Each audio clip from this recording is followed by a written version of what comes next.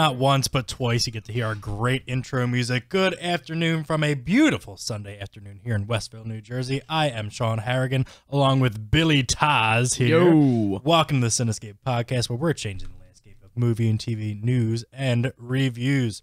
We have a big show today. Not only do we have the next matchup in the Cinescape Trivia Challenge between yours truly and Mr. DJ over here, DJ Rubin. What's going on, everybody? We have Michael behind the booth over there. Hey.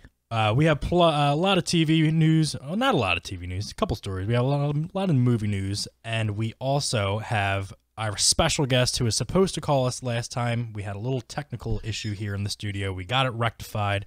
Thomas Ian Nicholas from American Pie. He'll be calling in about 15 minutes or so. Can't wait. So while we are waiting for him to call, we have a couple things that we want to talk to you guys about. Today's show, as always, is brought to you by Alternate Dimension Toys. Stop in today for the largest collection of toys, collectibles, and Funko Pop figures. Bill, you did Andy's trading night over at Alternate Dimension Toys. Was that last weekend? Right? Last weekend. How did that go? It was really awesome.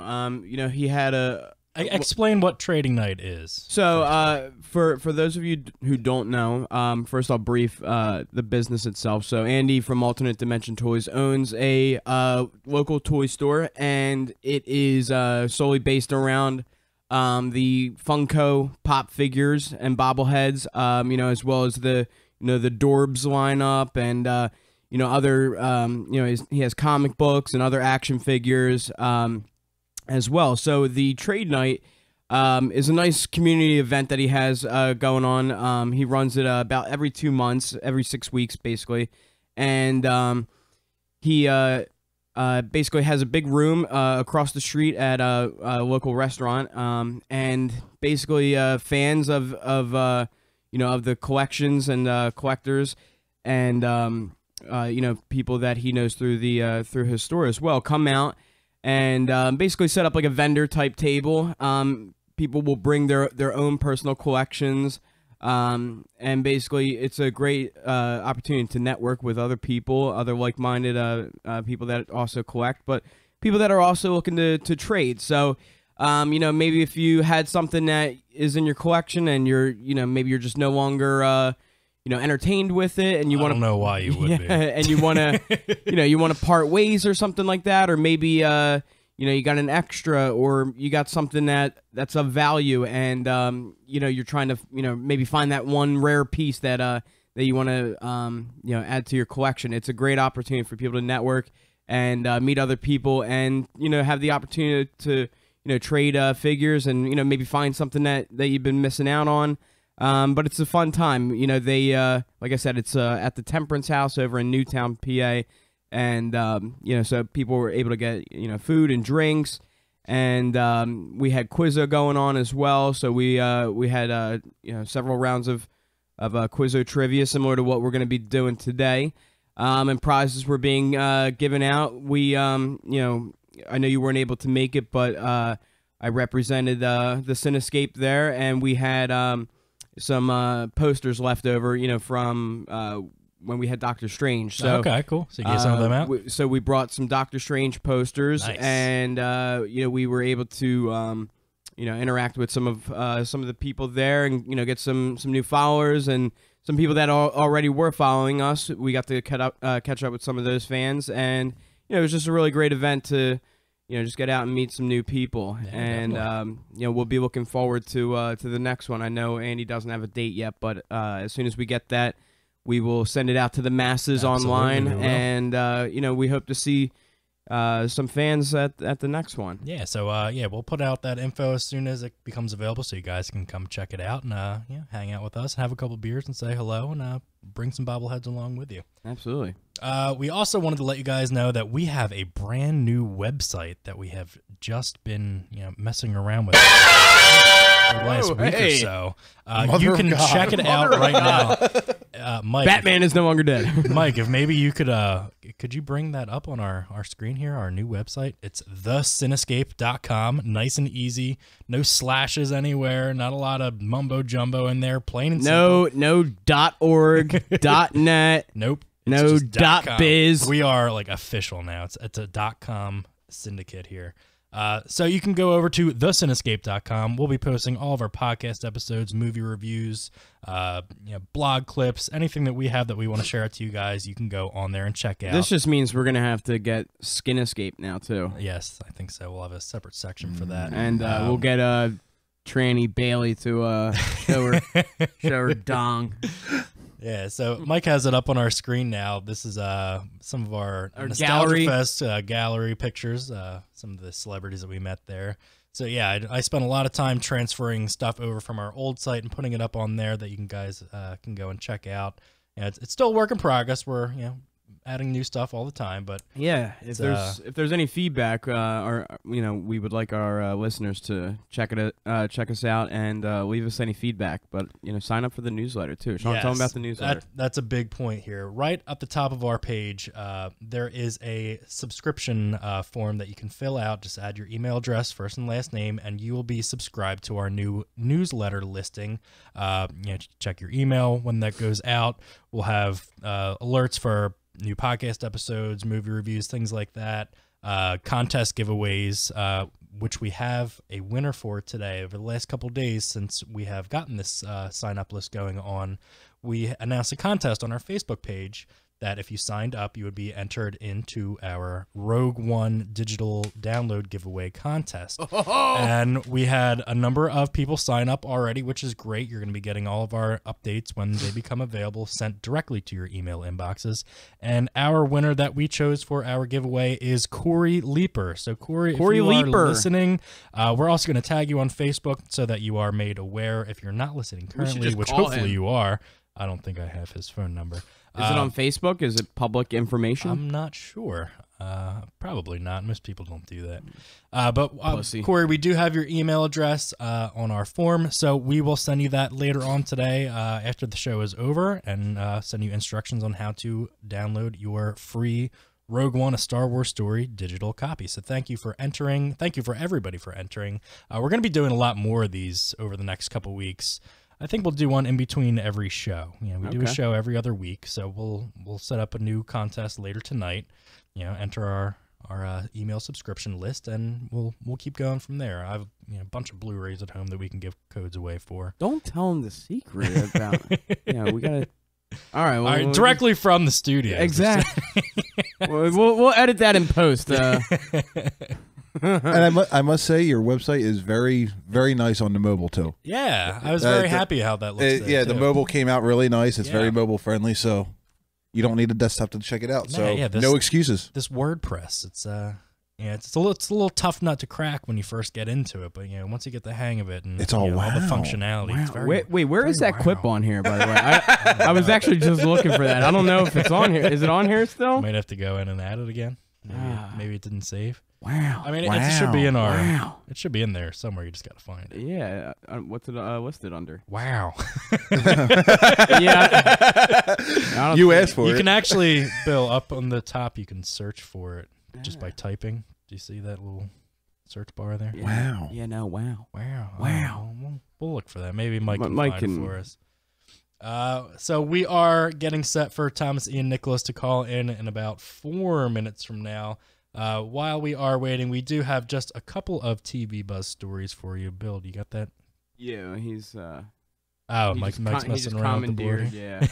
He used me to look for the wow thing. There you go. There we go. So if you guys didn't know, Bill is behind the board today because I am competing in our trivia challenge, so I don't want to see what could pop up for the game. So Bill is a newbie here with the board. He hasn't gotten to use it yet, so we're testing things out. Yeah, I mean, you probably know the familiarity of where each thing is, know, and that proves to add something trial by fire. Cadences and timing and stuff. Oh, there it is. Owen Wilson. Wow. Wow. Wow. Wow. Wow.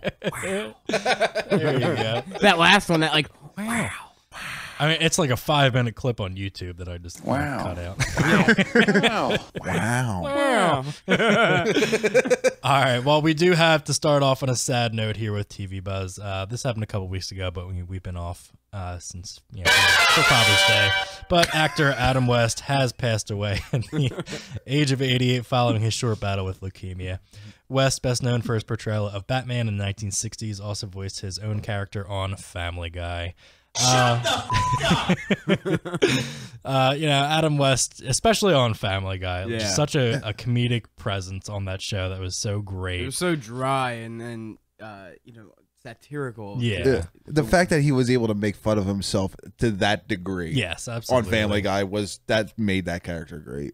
Yeah, it's I'm gonna miss him. He was up there in age, and you never want to see anybody go. But, I didn't know he had leukemia. It was apparently, like I had read, it was a very short battle. So I guess it had come on suddenly, and it didn't take too long. Better be a long wedding, because it's gonna be a short honeymoon. So we wanted to send our condolences and best wishes out to Adam's family, friends, and loved ones. Rest in peace, Batman. Yes, sir, the check is in the mail.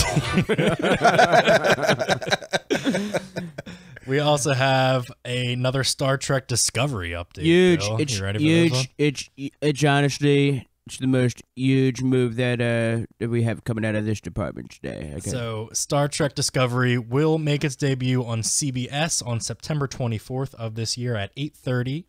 After the premiere, subsequent episodes of Star Trek Discovery will stream through the CBS All Access streaming service. The first 8 episodes of Discovery's 15-episode freshman season will be released on a weekly basis until November 5th, with the 7 remaining episodes due to follow starting in January of 2018. So it'll take its little I am winter shocked and hiatus. chagrined, mortified and stupefied. Damn right, Jackie. So we finally, get some confirmation as to when we can expect to see this show. Going off of, all of the things that have gone on with the show so far, are you taking this as gospel now? Is this set in stone, do you think? It with hard facts like this now, I think it's definitely it's definitely starting to move forward with some more concrete developments, and I think that's I'm glad that we're not getting more hype than needs to be at this point. It's just let's just deal with the facts and getting dates and expectations around things is I think the least that we can really hope for. And I'm just glad that now we're really getting more insight and more concrete details into the development and where this is heading. I mean, at first we really thought this project was going to be plagued as far as just the players that were involved. Nobody was, it seemed like they had trouble with the casting and stuff like that, and didn't really know where the story and the development of things were going to be going. It just seemed like nobody really had a clue early on. But now, it seems like certain things might have gotten retooled. Some of the people involved, definitely got switched around and stuff. And I mean, now that the cast is nailed down, it seems like everything is moving the way that it should be. I think my big gripe still is this whole CBS streaming service. Yeah. I really think that first off, CBS just in the game of streaming services, I just don't think anybody really is aware of CBS being a streaming service. People that maybe have cable or have something included might be aware. Okay. My favorite shows are on CBS. I can go ahead and watch it and stuff and have that feature available. But I think right now, we all know that Star Trek was and has been and will always be, one of the premier shows that, CBS and Paramount has enjoyed over the years. But I really think this CBS streaming service is really trying to hinge upon Star Trek being this brand name that's gonna flagship. Yeah, that's gonna really pump up the signups and registrations for the service, and I really don't think that's fair to a brand new Star Trek series to carry that weight. And I think that it's really gonna be a lot to really hinge upon to say, hey, we're gonna throw the pilot episode out there on terrestrial TV. And it's going to be on the streaming service. However, if you want to continue watching this brand new Star Trek show, catch us over on CBS, on the streaming service. I just don't really think it's going to garner that many, new people. And I don't think the Star Trek fan base is, really that dedicated or that huge to say, yes, we're going to just sign up and do the streaming service. I really think that's a lot of pressure to ask of the fans and the franchise itself. And when you're rebooting something like this, it's been what, like almost 10 years, I think, since the last Star Trek series. So yeah, you gotta allow things to just kind of build their own momentum. And so for something like this, I really hope the best for this show and for the series and for the cast and everybody involved. But I really think CBS is fucking up with how they're going about doing this. CBS's internet streaming, I don't like anyway. Like, you're the first person I know that actually has an opinion about it. So I use Fox Now a lot, ABC Now, NBC Now. Is that included with some type of service that you have? Yeah, it's included with your cable service. Right. And it's basically an app that you can go in and you have the entire catalog of all their shows. Understood. CBS is the only one that forces you to actually pay to watch their shows on the app, even though you have the subscription. Yeah, everybody else doesn't. That's absurd. Like so you're paying double to watch. Yeah, you have to pay again to watch on CBS, and it annoys the piss out of me, and I refuse to do it. If I can't find it on demand, I'm not going to download their app and pay for it. HBO kind of does that too, but it's a little different when HBO is a premium service. So, yeah, you already pay for it, but when you pay for it, you get HBO Go. Right. Yeah. Included in your subscription at a one fee. You don't pay extra for HBO Go. And the level of product that you're getting with HBO. I mean, you understand that you're getting all the HBO originals, series and documentaries and stuff like that, on top of a slew of movies that you're going to have available to you. We are going to cut over to Thomas Ian Nicholas on the phone, calling in right now. Thomas, you there? Yeah, I'm here. Yo, what's going on, man? Welcome to the Cinescape. Thank you, man. Thanks for having me on. Thank you. We're excited to have you on here. I know we ran into some technical difficulties a couple weeks ago after we caught up with you at Comic-Con in Philly here. So I appreciate you bearing with us and coming back on and giving us a shot here. So let's start off. How's everything going since we last talked to you? Everything's going good. I've got a few things are happening. Staying busy. Since Wizard World Philly, went and did another Wizard World in Sacramento a couple weeks after, which was super fun. And then just as we're out there on the Wizard World circuit. Yeah. Pre-selling or doing pre-orders for Handbook for Mortals, which is the book based upon my new film that I'll be shooting later this year that will be released next year. So the book comes out August 15th, but the film will come out in 2018. Great. Is there a release date yet for that? No, we don't have a release date for the film yet. Obviously, that will be, announced much later. Yeah. You can't tell someone now what date it's coming out in 2018. That's just way too soon. Yeah, look at all the DC movies that keep getting their release dates changed. Yeah, that's the thing is, obviously some of the bigger films will plan out when their release is, but you've got to kind of coordinate with everybody. Otherwise, you run up into competition on the weekend. Absolutely. And I know we talked briefly at Comic-Con about the project Handbook for Mortals. Just give us a little insight into what that book is about, and our audience is definitely curious to see what that adventure is going to be looking like. Can you give us a little insight to that? Yeah, it's sort of my revisit back to fantasy, being that the last time I did a fantasy movie was A Kid in King Arthur's Court with 007 and Rose from Titanic. We remember that. AKA Daniel Craig and Kate Winslet. But so this film is going to be a series of books and films, and it's kind of like Now You See Me meets Twilight, but instead of werewolves and vampires, it centers around real magic. So the storyline on a quick sort of quip is about a young woman named Zayd who moves to Las Vegas to join a big magic show kind of like, think like David Copperfield. And she can do this really amazing illusion that she doesn't want to reveal her secret of it. It turns out she can do it because she actually knows how to do real magic.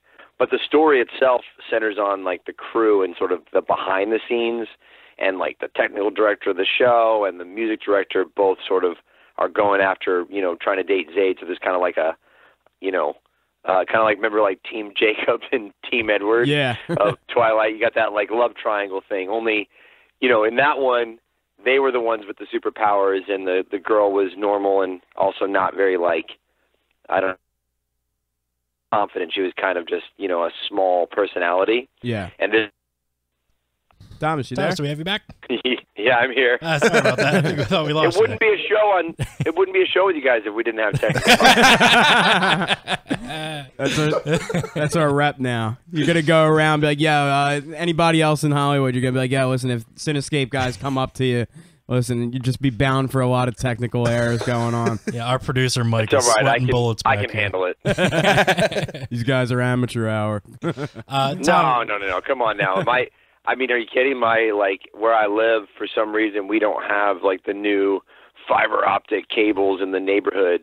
So I'm still running my internet on like copper wires. You got DSL out you got there? the dial-up modem going. Yeah, I'm still running DSL, dude. I'm stuck in the 90s. It's terrible. It must take forever to watch porn.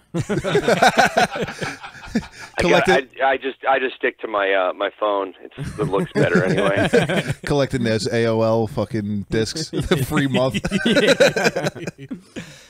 Thomas, you also have another movie that's currently in post-production right now that we have checked out the trailer for, Living Among Us. It's a really creepy, spooky-looking, like found footage documentary style type. I dig it. Movie that we're Bill and I are both really digging on. So can you talk a little bit about that one? Yeah, for sure. I have another production company.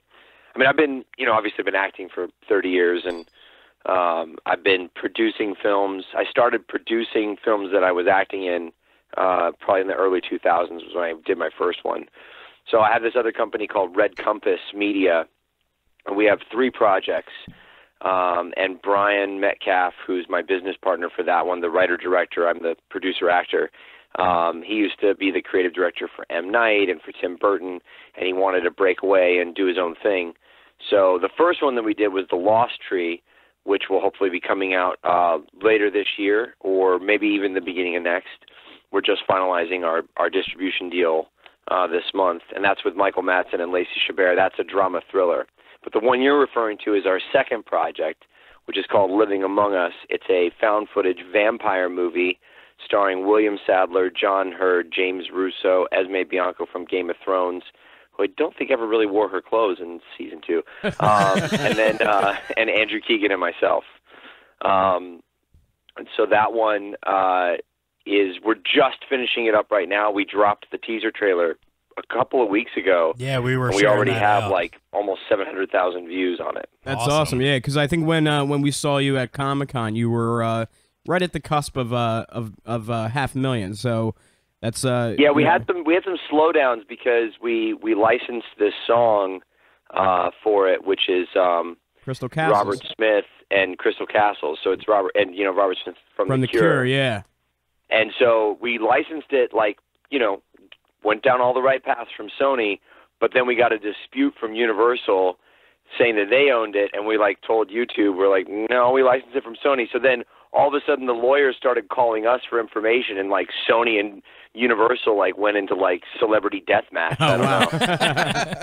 So all our views got held up. We probably would have already broke 1 million in the first 5 days, but we got stalled a lot from all that BS. Yeah, well, Sony and Universal, those two, studio-wise are not doing very well, so to battle over petty licensing is, it seems like the new excuse nowadays for them to recoup Spider-Man losses, so...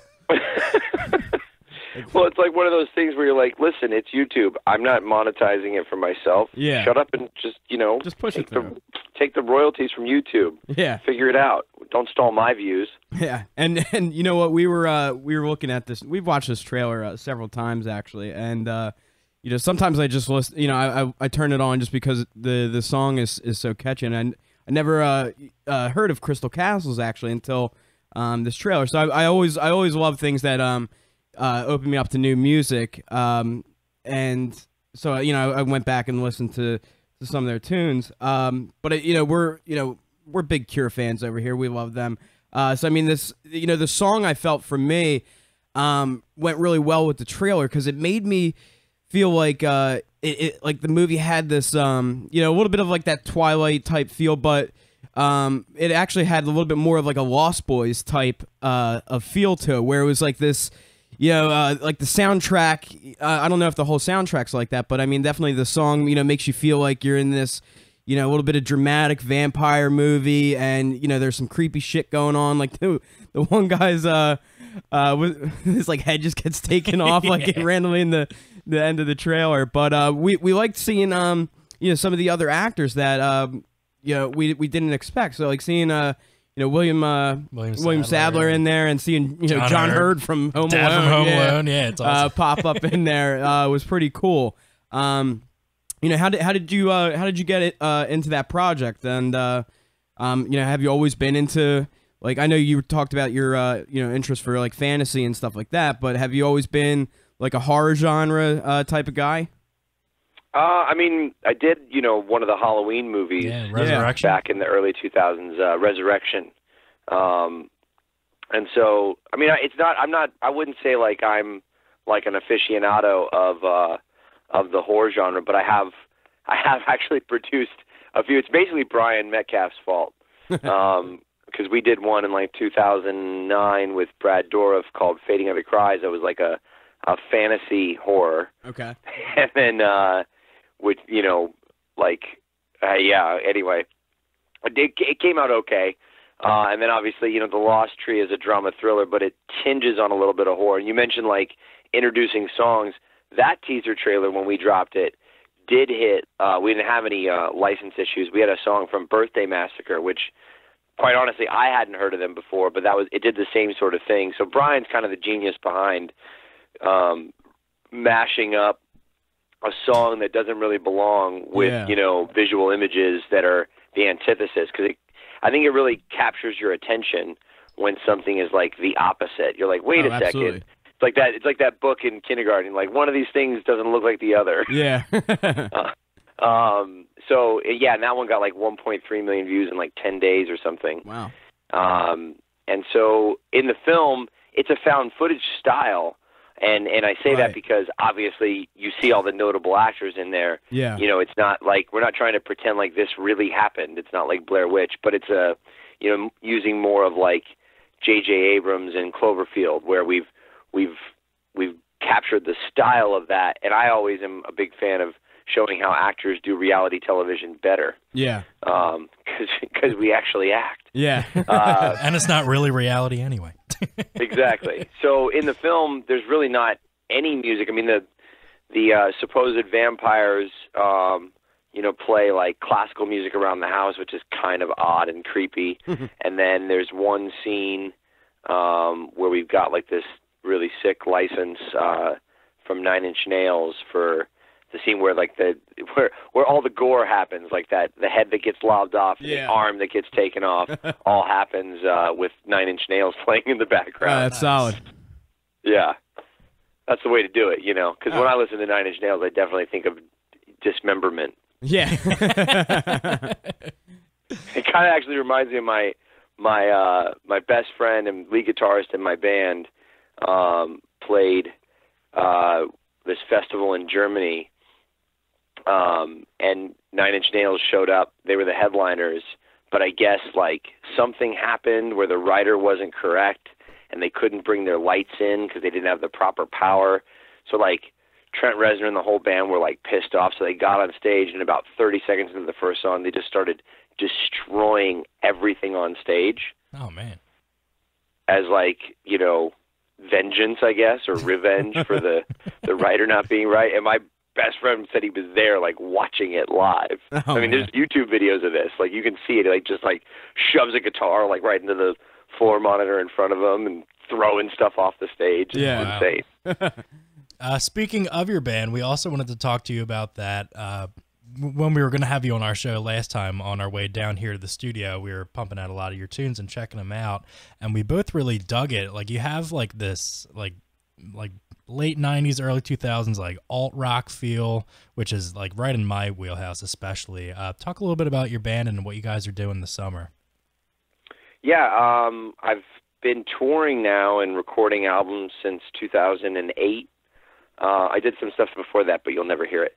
And 2008 was when I finally like kind of found the sound and the songs that I was really proud of.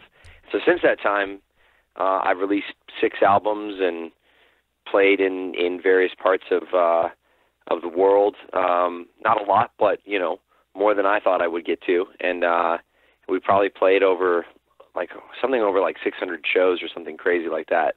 We probably only play like about 40 or 80 shows every year, but the new album that just dropped in February is called Frat Party.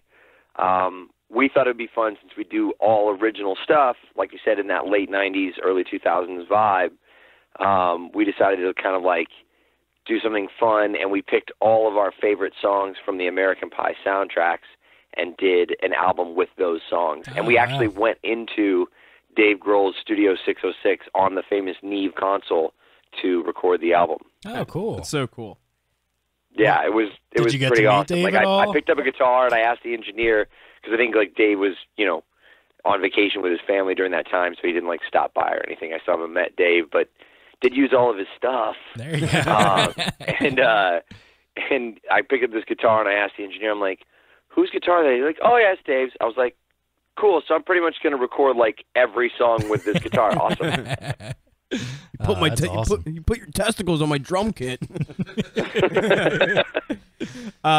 You know, that sounds really awesome, and I really like the fact that you got a lot of stories about traveling with the band and stuff like that. We always love hearing real stories like that, and so with the new album and stuff like that, that's that's really awesome. And I think with Sean talking about some of the 90s, early 2000 bands, we were actually it spawned a conversation with us, and we kind of were thinking it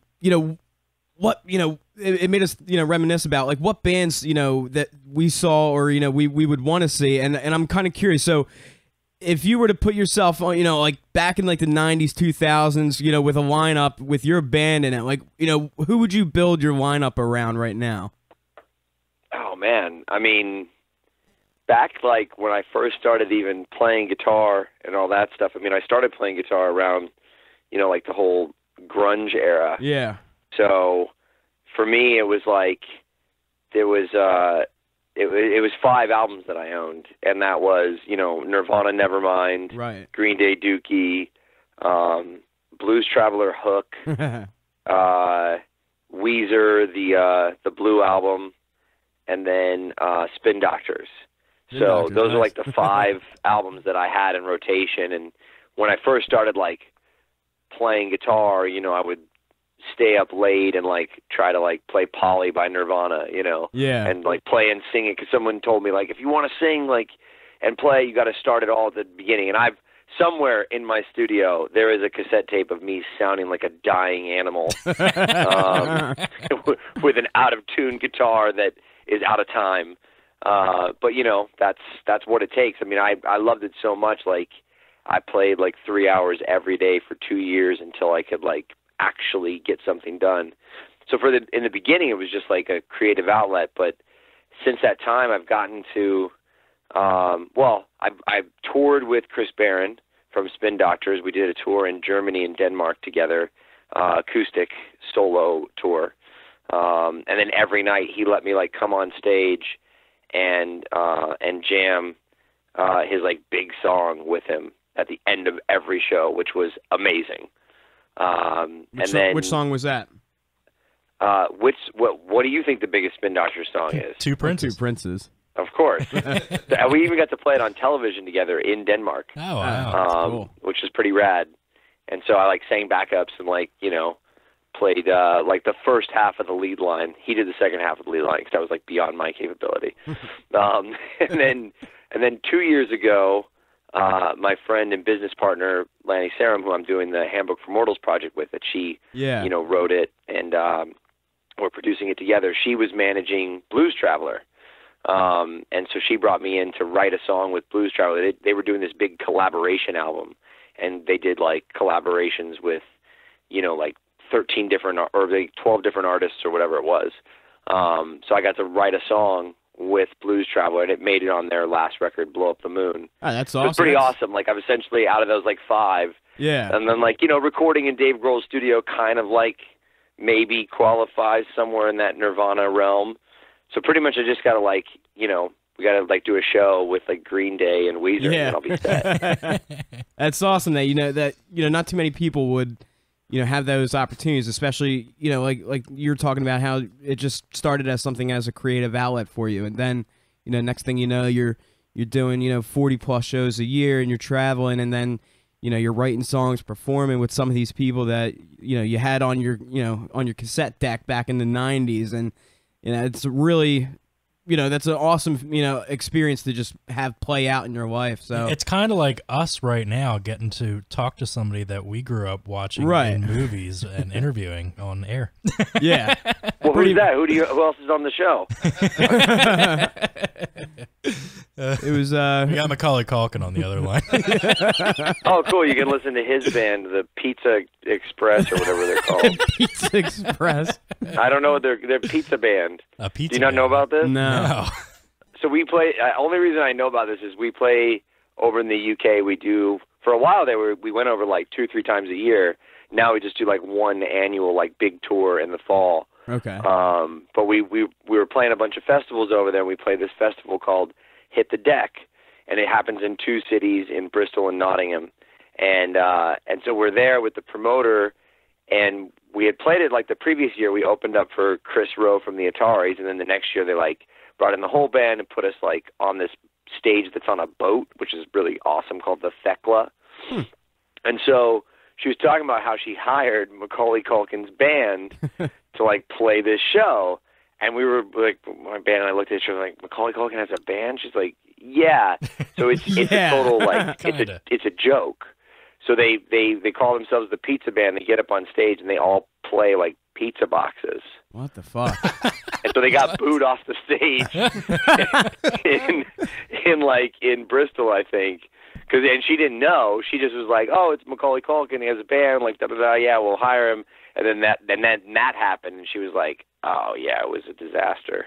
And that's great because, British people, they, if you are throwing some kind of gimmick or stick at them, they don't care. They'll just, like you say, they boo you off the stage and, go back to America. At least Buckethead could actually play guitar.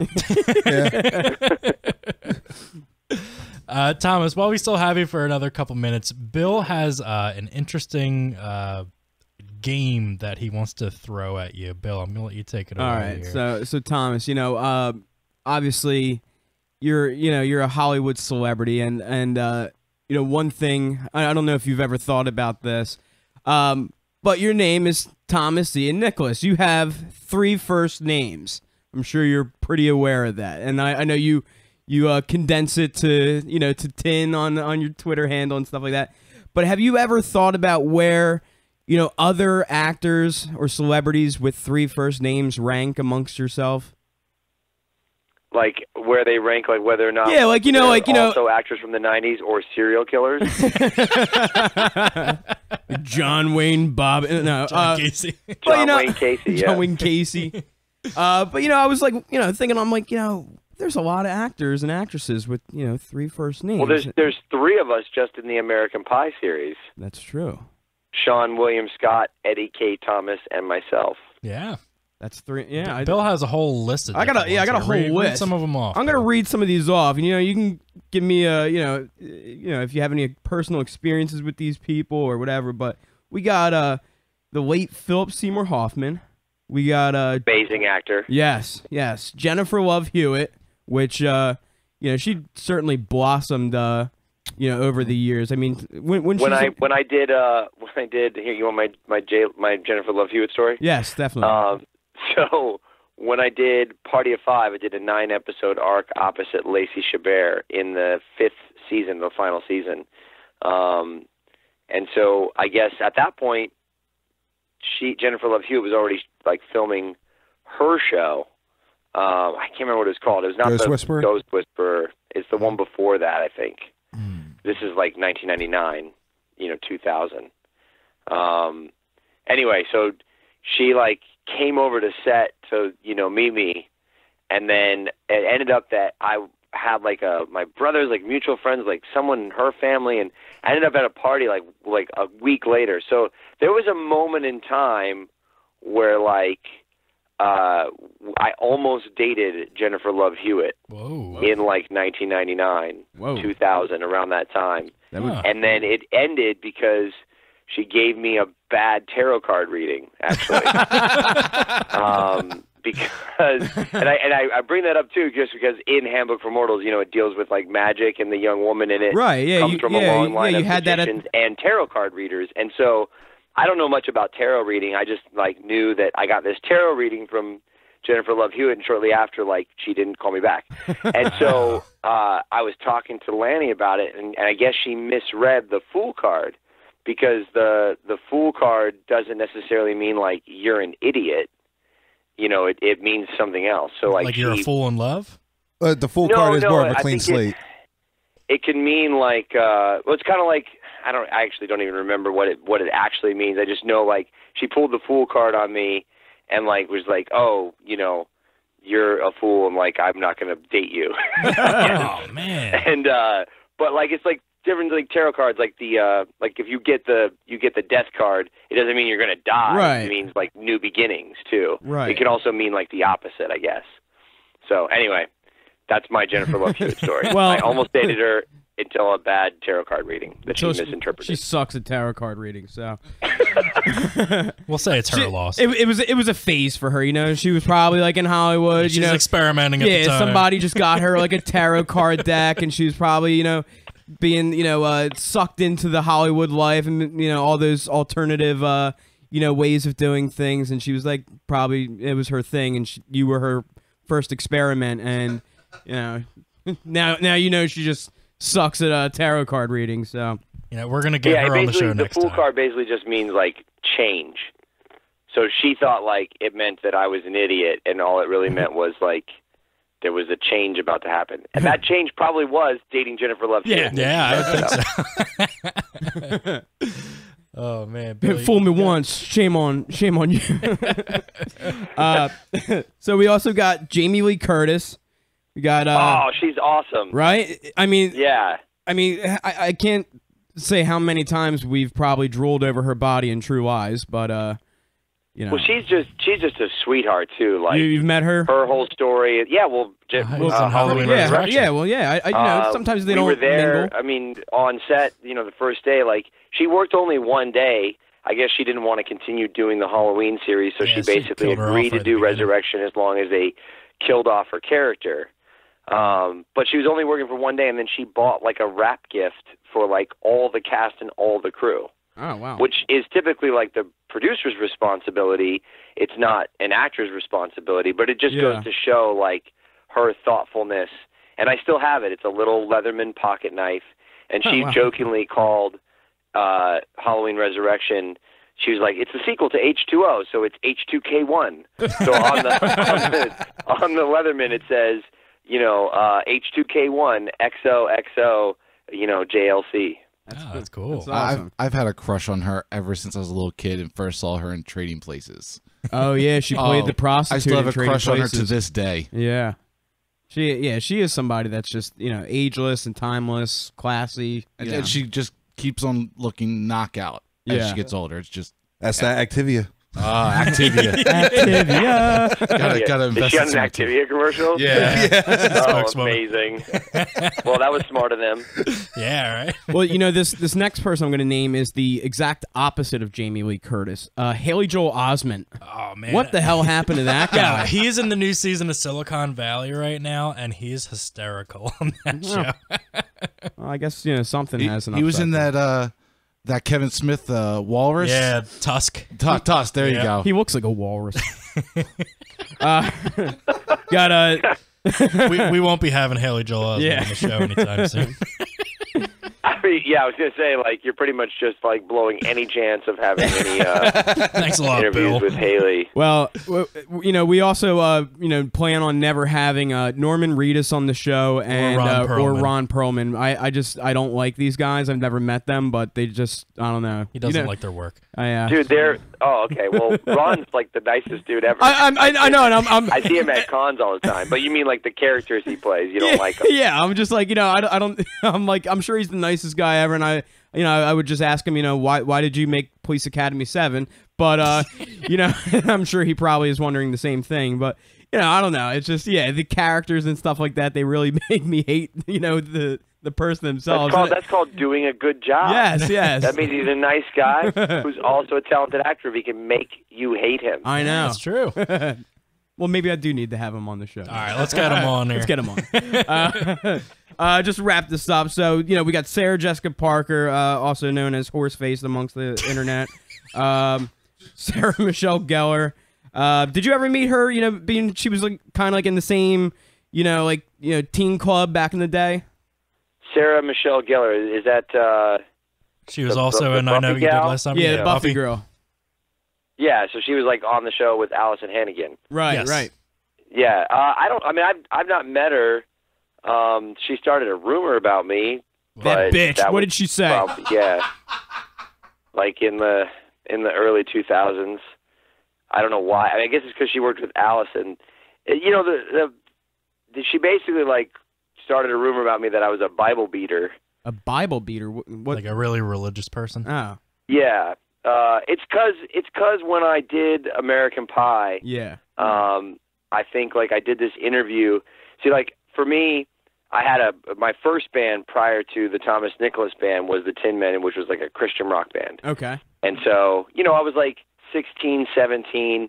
When you're that age and you like discover, something, you like get overly excited about it and you're like overly, zealous. Right. So during that time frame, I was a little overzealous about it, but I mean, I still did American Pie, so you ate out Tara Reid. I was, I wasn't like I had well, there's so many things I could say, but I wasn't overzealous. I was just excited about, that time in my life. Anyway, we did this Rolling Stone article for the whole cast when the first film came out. And man, they twisted us around. Like if you read it, it basically like misrepresents all of us. Yeah. But the guy that did the interviews was so like slick and so like friendly, I mean, he left out the fact that like I was drinking a beer during the interview, but like made it all sound like I was just like this crazy, like overzealous person. So there was some other things that happened, I guess, with Allison that then maybe Sarah Michelle Gellar started this rumor about me, but I've never even met her, so I don't know. Oh. Catty bitch.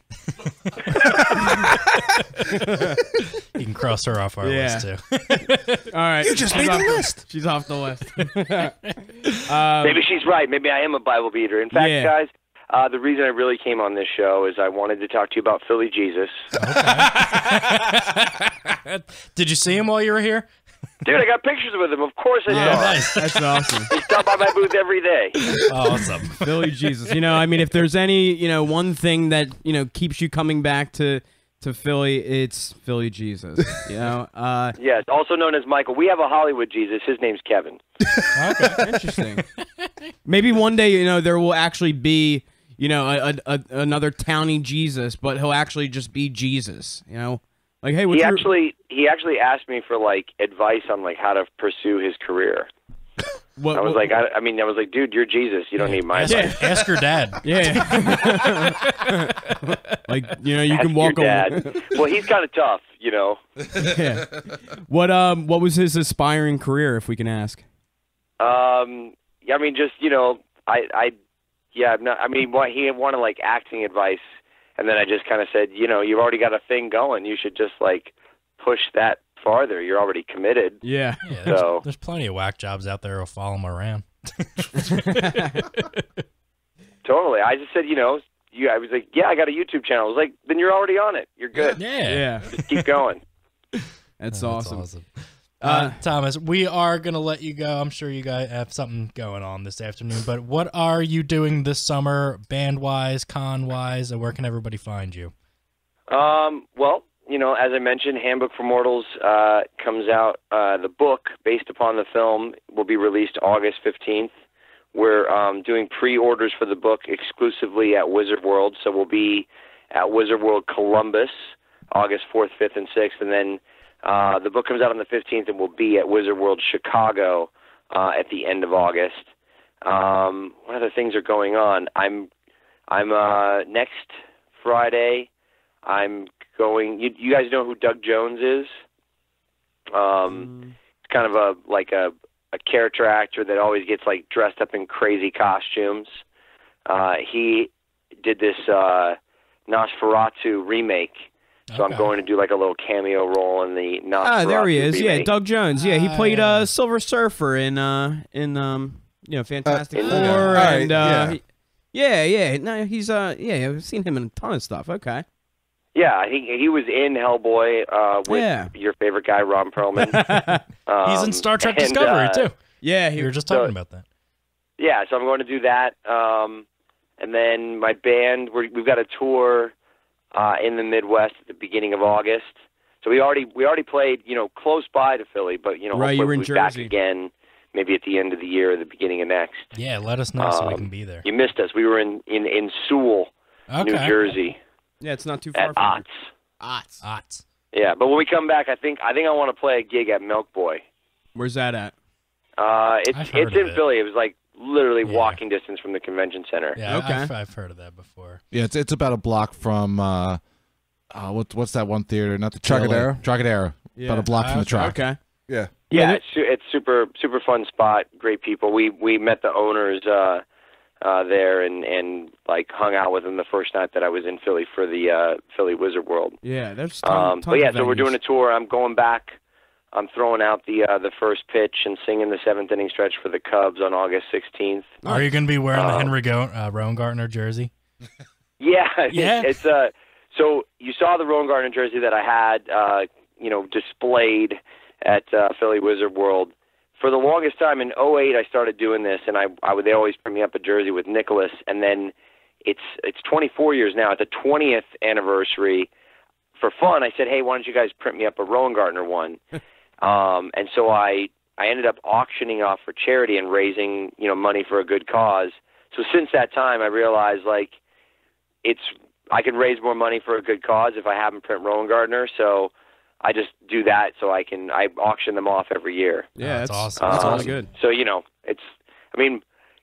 it's not my name, but, whatever. I'm okay with it. I'm a good sport about it. If it means I raise more money for kids, then, and I usually do like children's hospitals or, children's charities and stuff like that. Yeah. Rookie of the Year was just on TV the other day. I was watching. I took a picture of my screen and tweeted it at you, actually. Nice. All right. Well, Thomas, we wanted to thank you so much for calling in today. We'll make sure that we share out all of your information on all of our social media sites. And we got to get you back on again soon. All right, Thomas? Yeah, man. Well, next time I get my gig booked out there, I'll hit you guys up and we'll do a little pre-Philly interview. Absolutely, yeah. Awesome. We'll do it right. Cool. All right, thanks for joining us, bud. man. Enjoy the rest of your day. Yeah, man. You guys too. All right, take care. All right, bye. Thomas Ian Nicholas, everybody. That was awesome. He had so many really cool stories that he could shed some light on. Just another, down to earth, cool actor. These American Pie guys, they're all really awesome. Yeah, they're just so grounded and cool. I mean, except for Tara Reid, who just seems nuts. But yeah, that's really awesome. That's Doug Jones up there. Yeah, there he is. He's the fish guy. Yeah. So I mean, yeah, that's really awesome. It'd be great, if he gets back out to Philly here and we could do a show or something like that. Yeah, and definitely get him in the studio here. Yeah. We should also see if he's ever got like some promo stuff for the band that we could use to get some awareness out there for him. Get us some of his tracks. We'll play them, put them in rotation and stuff. Yeah, definitely. Like have a whole setup when he's coming in to do a show. We'll have each show play a song from one of his tracks. And it'd be great if he had like some CDs or something. Yeah. We could maybe do a ticket giveaway for the show too. CDs? What's that? Some CDs. Some what? You don't listen to CDs? We're kidding, DJ. Yeah. Somebody's a '90s kid. Yeah. Well. Shut the f up. All right. So No. we got to get into some more stuff here. We're still gonna like rifle through some of these flipping the script stories because I really want to get this trivia going. Yeah. I want to see you guys fucking square off. All right. So, Bill, flip the script here. It's in the top left corner of the board. Flip it. Flip it. Flip it. Flip it. I'm flipping. I don't hear you. Are you flipping? There it goes. Oh. All right, so we had a lot of news come out about this Han Solo spin-off movie this week. And that is not Han Solo. The upcoming Han Solo spin-off film has lost directors Phil Lord and Chris Miller. Lucasfilm president Kathleen Kennedy spoke on the news saying, Phil Lord and Christopher Miller are talented filmmakers who have assembled an incredible cast and crew, but it's become clear that we have different creative visions on this film, and we've decided to part ways. A new director will be announced soon. Lord and Miller also put out a statement that reads, Unfortunately, our vision and process weren't aligned with our partners on this project. A statement from Lord and Miller read, We normally aren't fans of the phrase creative differences, but for once, this cliche is true. We are really proud of the amazing and world-class work of our cast and crew. Yeah, pretty much. Also announced after their firing was that Ron Howard is stepping in to finish out the film. Bill, what do you think about all of this? It's a lot to take in. It's not good. But I think especially so far along in the process. Yeah, I hate saying that word. Yeah, the process. The process. Trust because, the process. You know, we're near Philadelphia. Yeah. I hate basketball. The Sixers. Trust the process. You know, well, side note, did you see the new nickname for the the Feds? The Feds. It's embarrassing. So yeah. But getting back to the Han Solo thing, it sucks because you know, you have all this, you know, shakeup going on and stuff like that, but it's kind of expected when you start to now create a Star Wars universe and you want to delve into these individual characters and, you know, do backdrop stories and do origins and, you know, integrate all this stuff, you're going to run into these problems, and it's unfortunate, but you're going to have to just deal with it. However, Ron Howard stepping in and being the new director, you know, it kind of sucks to have to clean up some messes. Yeah.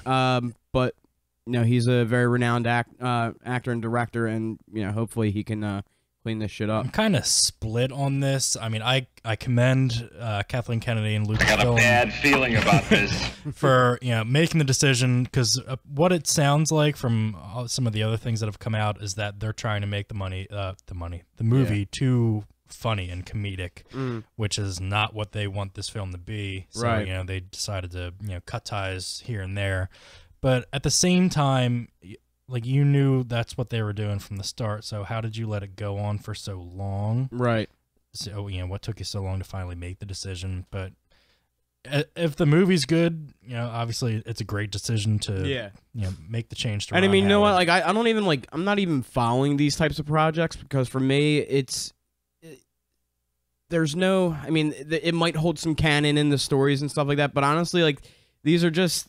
You know, fluff moneymaker films. You know, they're just diving into an already established character because it just makes, you know, writing a script that much easier. But, you know, when you're, you know, creating, you know, some of these things from scratch, it's going to have its problems. And, you know, honestly, I don't care. I'll just go see the movie, and if it's good, it's good, like you said. So, yeah. But moving on. X-Men writer Simon Kinberg has been tasked with directing the upcoming X-Men Dark Phoenix film, which will be Kinberg's directorial debut. Also confirmed to return for the film are James McAvoy, Michael Fassbender, Jennifer Lawrence, Nicholas Hoult, Alexandra Shipp, Sophie Turner, Ty Sheridan, and Cody Smith-McPhee. That sounds like a porn character or something, like a porn name. Cody Smith-McPhee.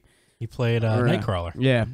The character of the Dazzler has also been confirmed to appear. It's funny because Pat Mahoney's favorite. Yeah, it's just funny because like we've always joked about that character, you know, kind of being like a B-list character, and it's like, oh, when's Dazzler coming in? Well, now Dazzler's actually coming in. And some of the promo material for Apocalypse, you know, all the '80s stuff, Dazzler had showed up on a lot of it, like album covers and things like that, but you know, he didn't make it in there, or she didn't make it in there. Right. So you know, we'll have to see what they're gonna do with this character. Are they gonna keep it a rocker chick? Are they gonna change it up a little bit? What's gonna happen there?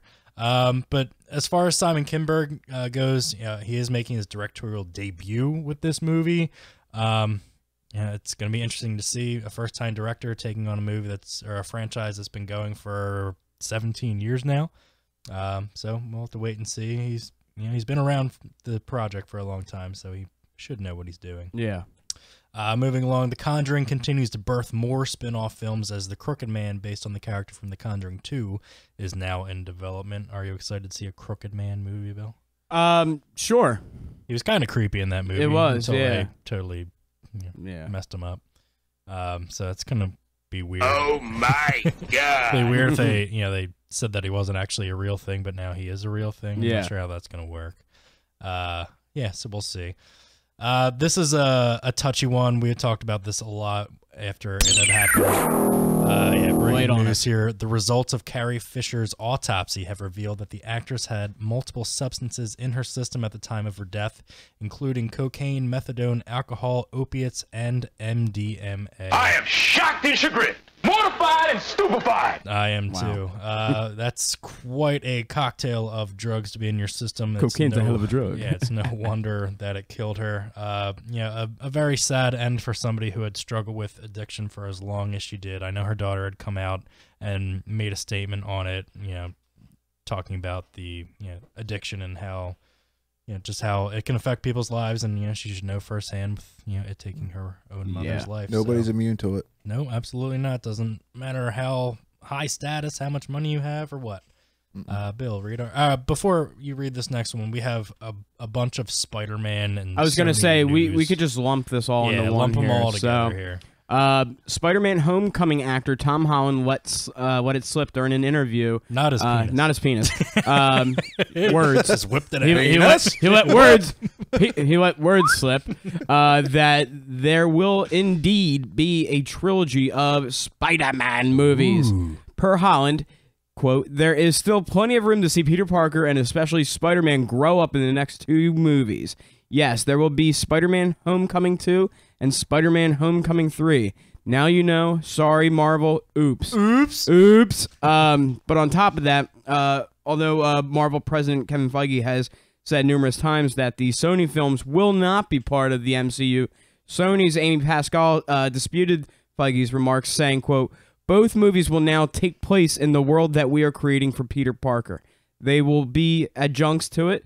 They may be different in locations, but it will still be all in the same world, and they will be connected to each other as well," end quote. Did you see these, like all the memes and stuff that's been coming out with that interview of Kevin Feige and Amy Pascal? No, I have not. Look it up, Sad Feige. When she, like, they're sitting next to each other in the interview room when she's saying these quotes, and then they just show his face, like, you should not be saying any of this shit, because it's like he actually came out. It was supposed to be a surprise. Well, it's not supposed to be a surprise. I think that he doesn't think she's actually saying what's truthful. And I just posted a story this morning where he's re-clarifying that it's actually and not. Probably also it's the doing business part of things. Like, Feige, he's the mastermind behind it all, obviously, and he knows what strings to pull and what buttons to push, and he knows what the right amount of information is that you need to know as a consumer as of right he gives you a moment. But at the same time, I think Amy Pascal and Sony now they just want to capitalize on being a part of the MCU. Exactly, but at the same time, they're going to be their own undoing if they follow their old model of things. So now, they made the business decision and said, all right, Marvel, we're going to share some things with you and let you have your way a little bit. We're going to still do some things our way. And they came up with that mutual agreement. That's why Spider-Man is, you know, back available in the MCU to an extent. However, I feel like that money that was made off of Spider-Man and Civil War and what's going to be made is kind of giving Sony this little bit of chip on their shoulder to say, you know, hey, you know, we're back in the game a little bit, and you know what? We're going to do Venom movies, and it's going to be what everybody has been clamoring for, which, you know, of course, everybody was clamoring for Batman vs. Superman, and we know how that turned out. So now it's like they have this chip on their shoulder, and they're gonna, and you know, Amy, you know, being a stupid bitch is obviously opening up her mouth. We're not having Amy on the show, and you know, she's running her mouth about, you know, what Sony's gonna do, and obviously Feige's getting upset because, hey, listen, bitch, Feige's getting upset. Feige's getting upset, and it's a business decision. Yeah, and she's obviously just, you know, saying things that she thinks, you know, people, investors want to hear, but.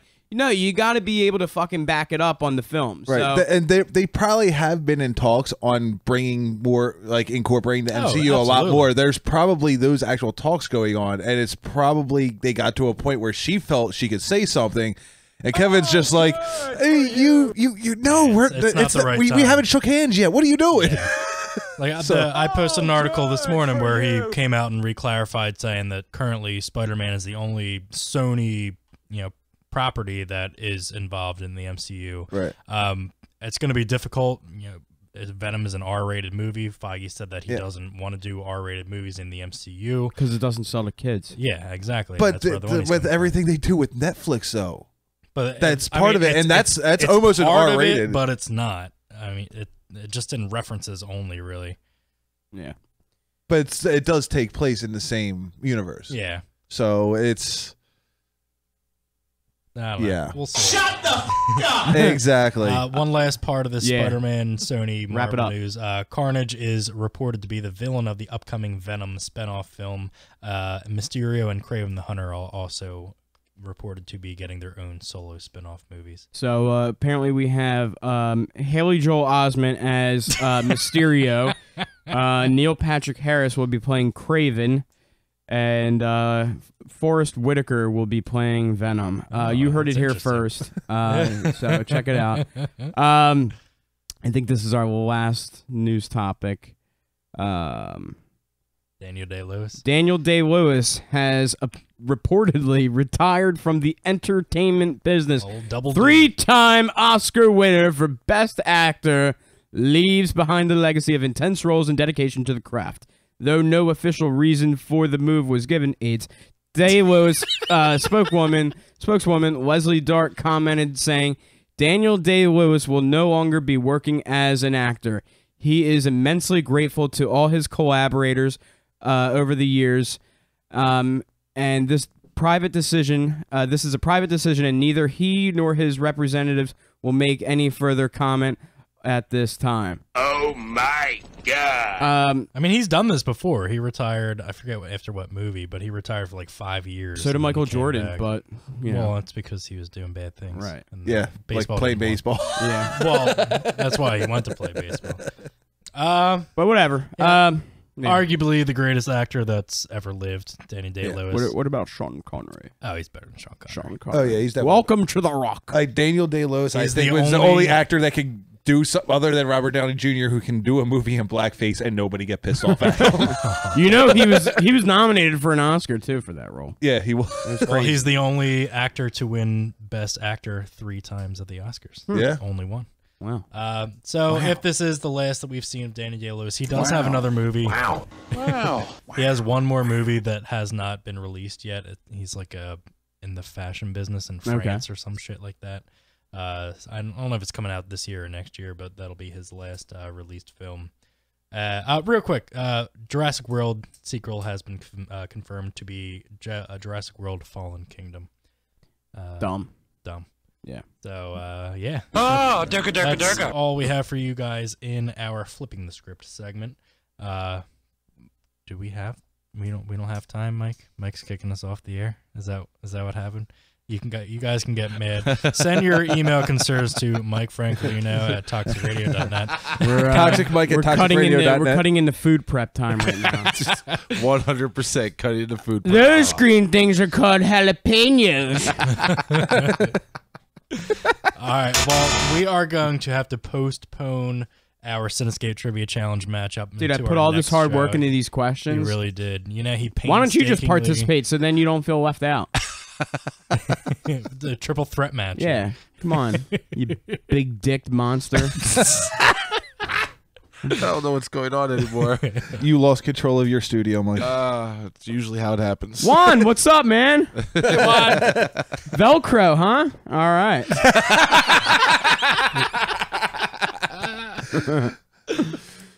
How long is the trivia? How long is the trivia? If we start now and stop clamoring, we can fucking roll right through this. All right. Go for it. Go for it, guys. Do you want to be involved? I need a beer. You want to be involved? Do I want to be involved? Yeah. I'll be involved. Sure.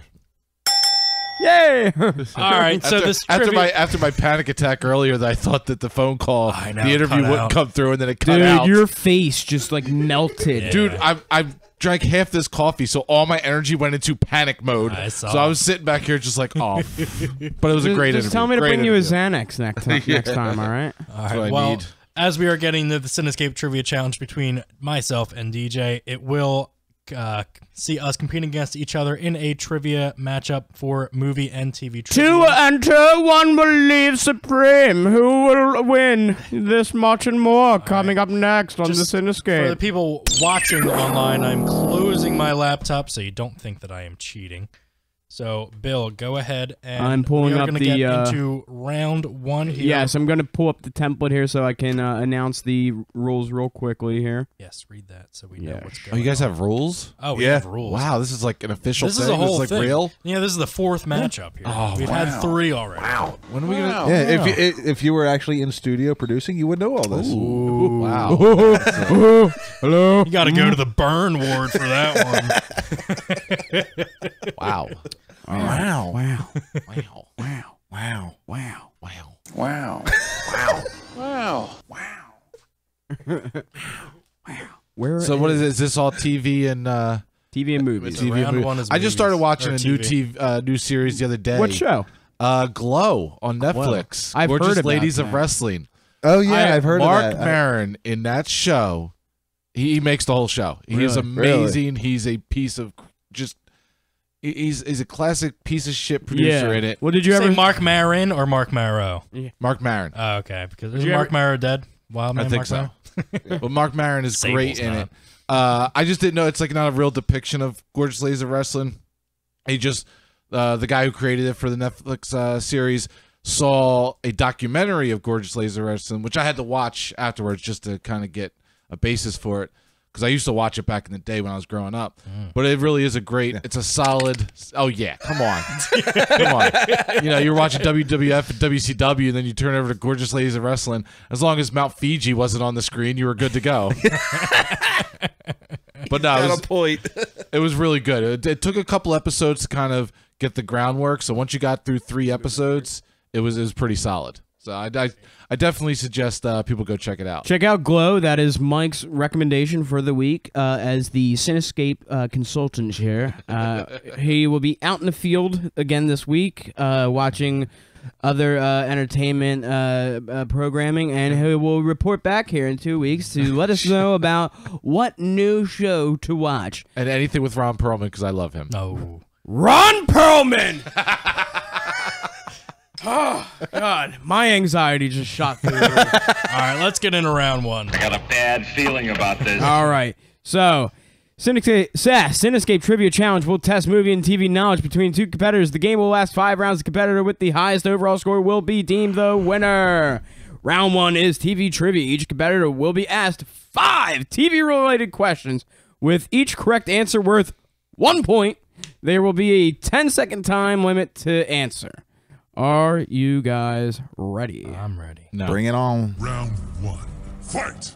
Okay. Oh, shit. You know what? I forgot to do the quick intro music real quick. So, we have DJ Rubin coming out to the floor here.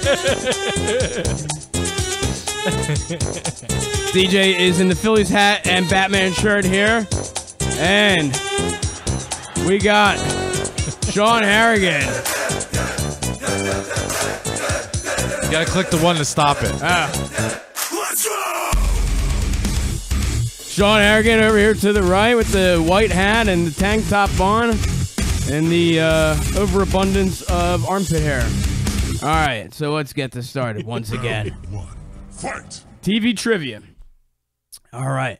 Is this how many? Is this both of us at the same time? We're writing them down. 2 chicks at the same time? Okay. That's what I thought, yeah. Okay. Go ahead. Or do you want me to each ask you 5 questions? Just go. All right. We'll share questions. Okay. We'll write them down. All right, here. Okay. So, this Friends character shares his last name with an internet search engine. This Friends character shares his last name with an internet search engine. Please give me the name. I'm ready. All right.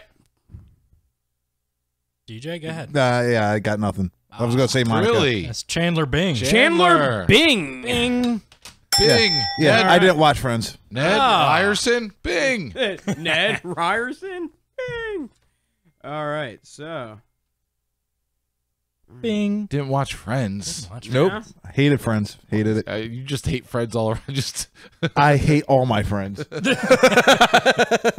Are you playing too, Mike? I don't have any cool board to hold up, so I can't.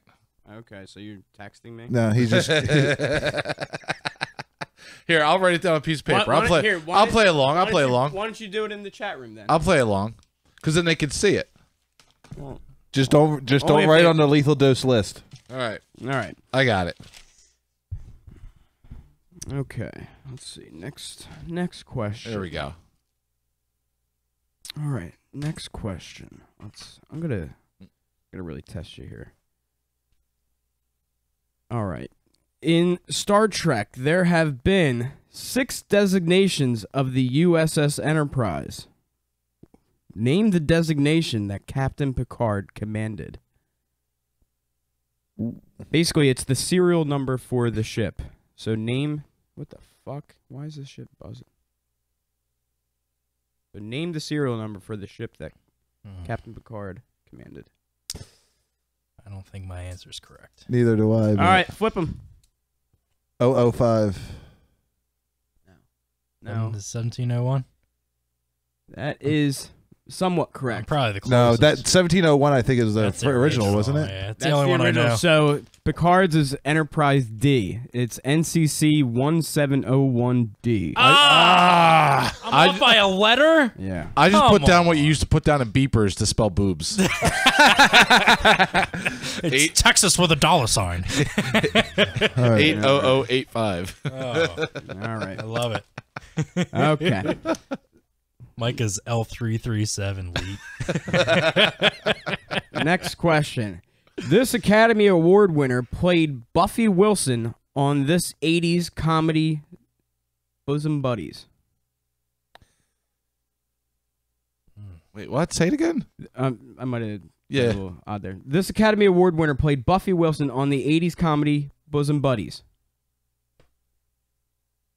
Juan, don't. I see you over there. I watch this show a lot, so. All right, Huge flip fan. them. Heather Locklear. Nope. Nope. Didn't think so. I got nothing. I got it right here. Nothing, and Tom that is Hanks. correct. Tom Hanks. His Bosom name was Buddies Buffy? Yep. on the show. Well, when he was Me, you were thinking chicks. Yeah. when he was dressed in his drag. Oh yeah, It was Bosom I remember Buddies. that. All Yeah. right, It's yeah. a little before my time. I do remember that now. All right.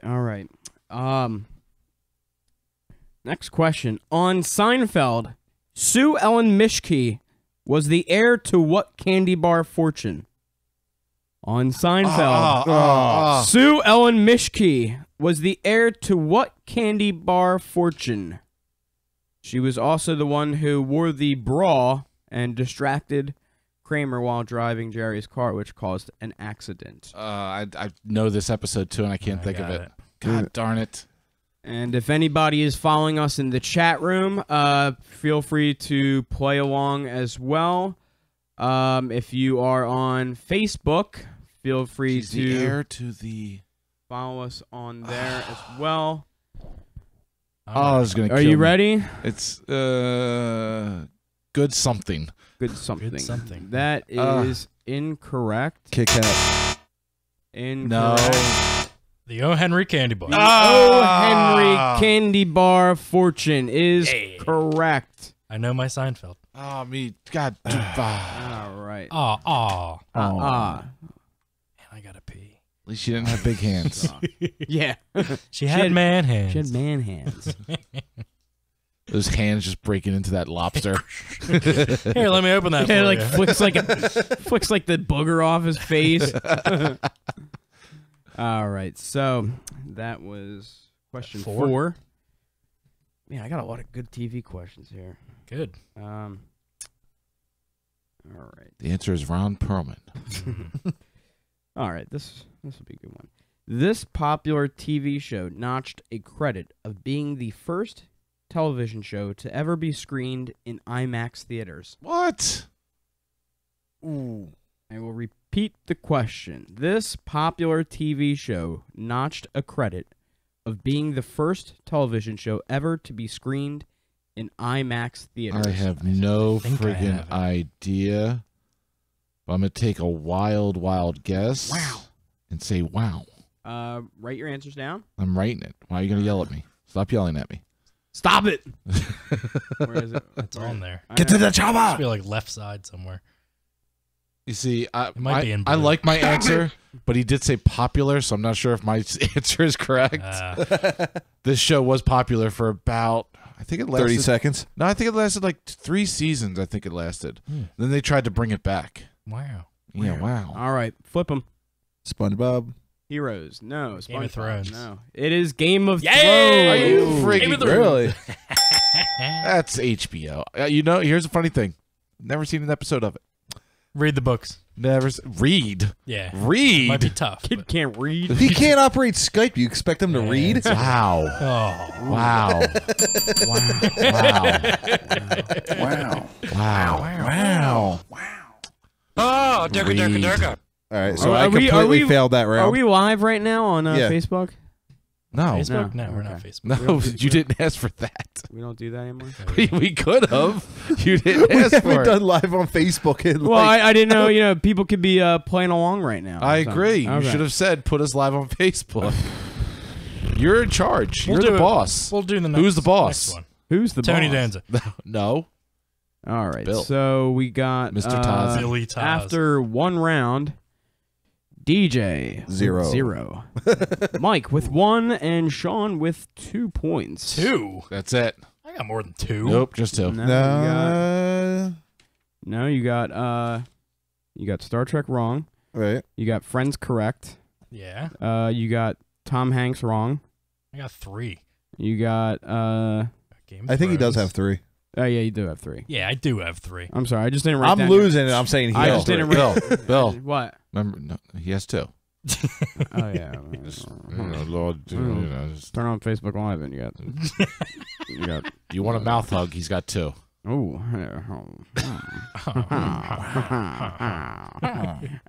We should Bah. we got to get that as a clip next. Yeah.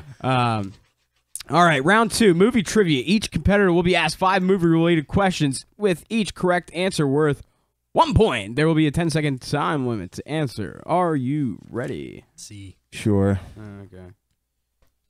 Okay. Man, I gotta pee. Are you ready? So, happy anniversary. Today marks the 35th anniversary of this Ridley Scott directed film about 4 replicants whose journey to Earth while escaping pursuit on a stolen spaceship. Today is actually the anniversary of this movie. So 35th anniversary of this Ridley Scott directed film about 4 replicants and their journey to Earth while escaping pursuit on a stolen spaceship. What the? What the? Just name the fucking movie. Wow. It's that easy. It's that easy, ladies and gentlemen.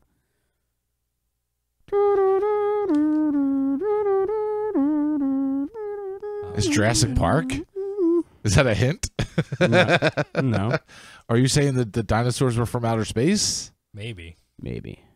We didn't do this. Round 2. Fight. All right. DJ, why don't you go ahead? What do you Yeah, I think? got it wrong. I put Event Horizon. I know it's not it, but That is Mike? wrong. it's the The Chipmunks? Blade Runner? That is correct. All right. I think 35th anniversary. it's also of the Blade Runner. anniversary of John Carpenter's The Thing today. Good enough, Jackie.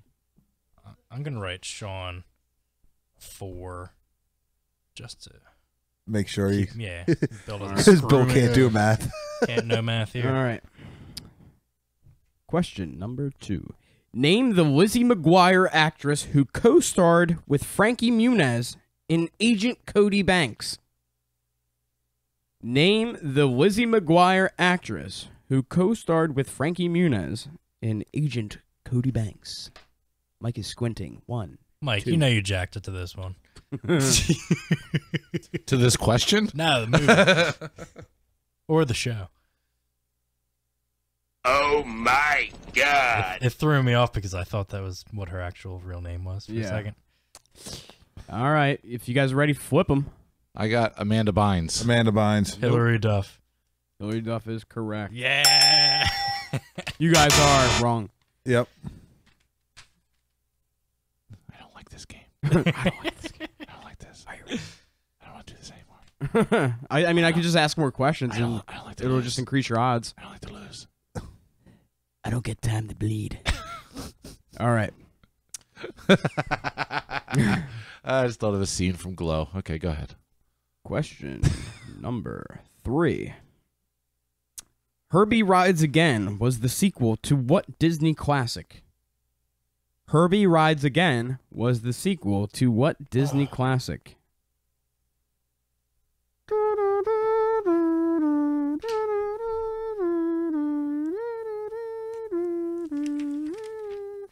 I got nothing. Yeah. Really? Really? Herbie the Love Bug. I got Herbie the Love Bug too. That's correct. Hey, Michael. Mike is on the board. I've got 5. You got 5. You don't got 5. shit. You don't shit.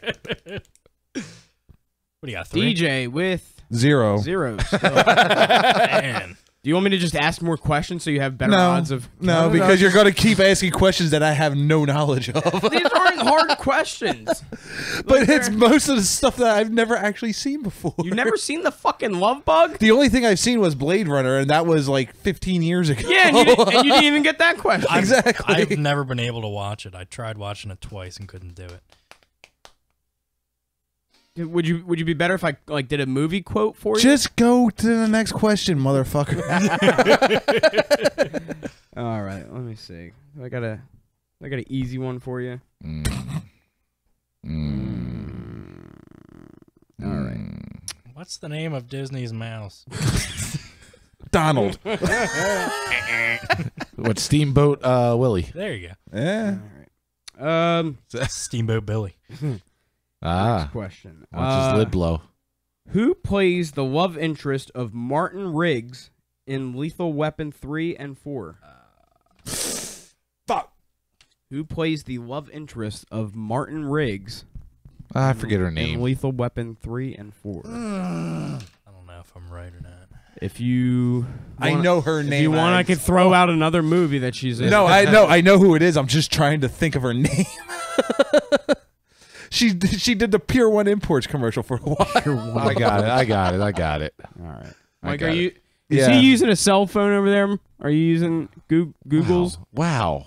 Better not be. Wow. Yeah, I can't think of Claudia Schiffer. Wow. All right, flip him. Wow. No, Tina Turner? Is it Rene Russo? Am I right? it's Renee. It's Russo. Renee Russo. But it would have been so much better with Tina Turner. Come on. That's a completely different movie. Let's there. put that in there. Nothing better than when it's on Always Sunny in Philadelphia and they do the Lethal Weapon ones. Yeah. Riggs. Riggs. All right. So Yeah. the after that round we have Sean with 4, DJ 0. well we won't even mention DJ, and Mike with 1. 2. 2. He does have 2. I got Tom Hanks in the one we just did. together. No, just for that round I was Oh, just for that doing. round. Yeah. No, I got 2 for that round. Was that 5 questions? That was Yeah. 5? Yeah. All right, I gotta pee really bad. And we'll take a word from our sponsor. Please check out Alternate Dimension Toys in Newtown, Pennsylvania. Open today until 5 p.m. Check them out on the Facebook. And please also check out toxicradio.net. We don't play it safe. We play it toxic. And coming up, we have the Pork Roll Fest taking place in DJ's backyard on August 21st. And he will be using obscenities in front of his family and showing his penis to random people. We also have Mike Francolino's meal prep tonight. Mike's meal prep brought to you by Stouffer's. Stouffer's Frozen Meals, leading frozen meal company in the industry for over 60 years. Stouffer's. Mike, would you care to tell us a quick recipe that you are going to be making tonight for our audience? Not you making it for the audience, but what you'll be making that our audience can. What are you throwing in the microwave tonight? Wow. Listen, Mike is an accredited I actually have cook. Why are we talking about this right now? Are you doing a chicken I Florentine, prepped perhaps? for my meal prep, so it's prepception. I've got. What do you got? Some Yesterday I spent stroganoff? some time and cut up some veggies. What kind of veggies? Did you cut up some mirepoix? Some green peppers, some You got- red peppers, some jalapenos. You got mirepoix? some celery, some a little bit of broccoli, Have you ever made a roux? and I've got some chicken that is thawed out in the fridge. I've got some shake and bake to go on that chicken. Notice he didn't mention carrots because he's anti-Trump. No carrots. Okay. Shh. Well, this much and more. Mike's Meal Prep. You can follow him on Facebook, Mike Francolino. He will be giving live updates throughout the evening of his meal prep status and updates. So please follow him on Facebook. Also check out Toxic Radio on the internet, on Facebook, Twitter, and our website, toxicradio.net. And please download the app. It is the only way that you can follow us and catch us 24/7 as well. All right, back to the Cinescape Live Trivia Challenge. We got round 3, which is TV theme songs. I'm going to give you 5 different sound clips from a TV show that will be played. The first, we'll just write them down. We'll just have everyone write them down. Correct answers will be worth 2 points. An incorrect answer will result in a loss of 1 point. There will be wow. There will be there's no time. Prepare for me to go into negative. All right, so we got the first clip coming to you right now. Here we go.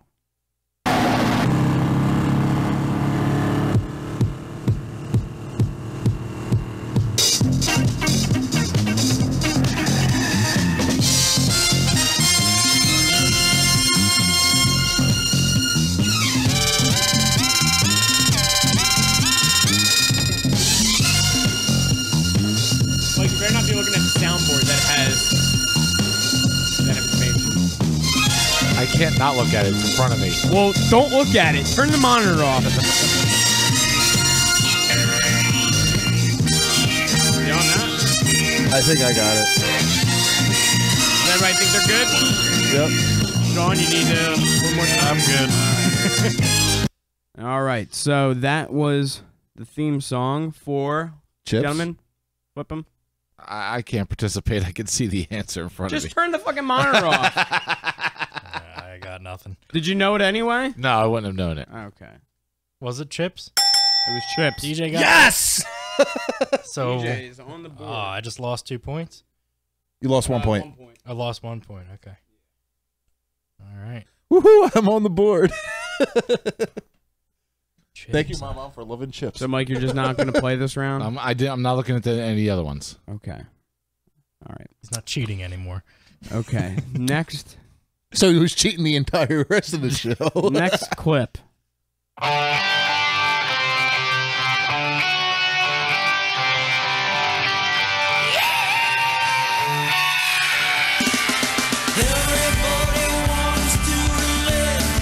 It's the Bodines. I love this song. Closer to me.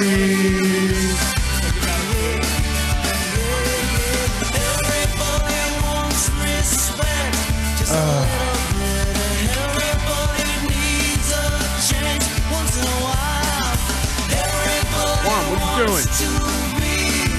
You better be looking. Oh, you better be doing. I seen you look at the monitor, Mike. All right, you guys good? I'm good. I don't got nothing. Nothing. All right. I got Party 5. Party of 5 is correct. What do you guys got? I had nothing. You had nothing. Nothing. Mike? Nothing. I couldn't think of it.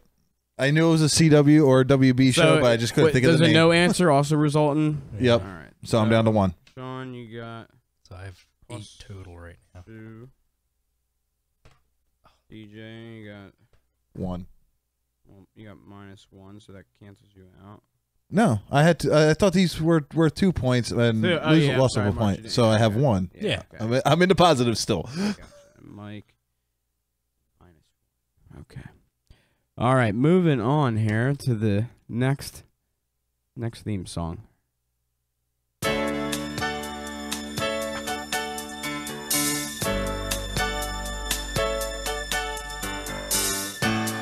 Look at what's happened to me.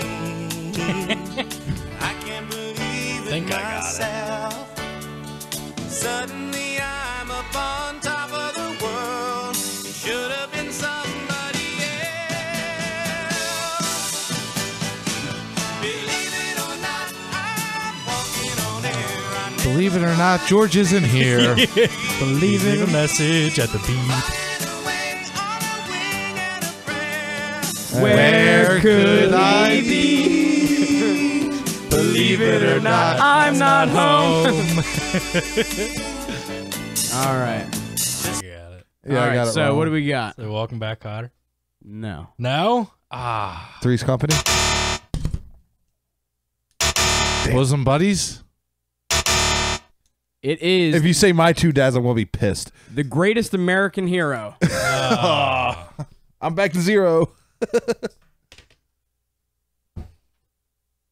All right. You know the song, you just don't know what it's Yeah. actually from. Here's the next I'm one. pretty sure Family Guy did a spoof on that too.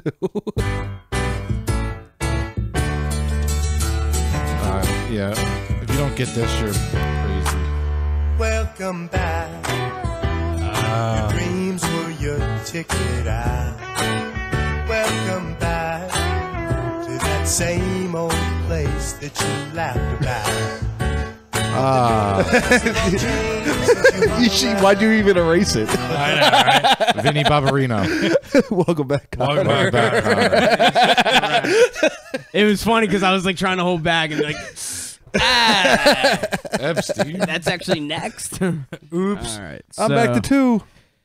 All right. So Mike, that's 2. So you're at 0.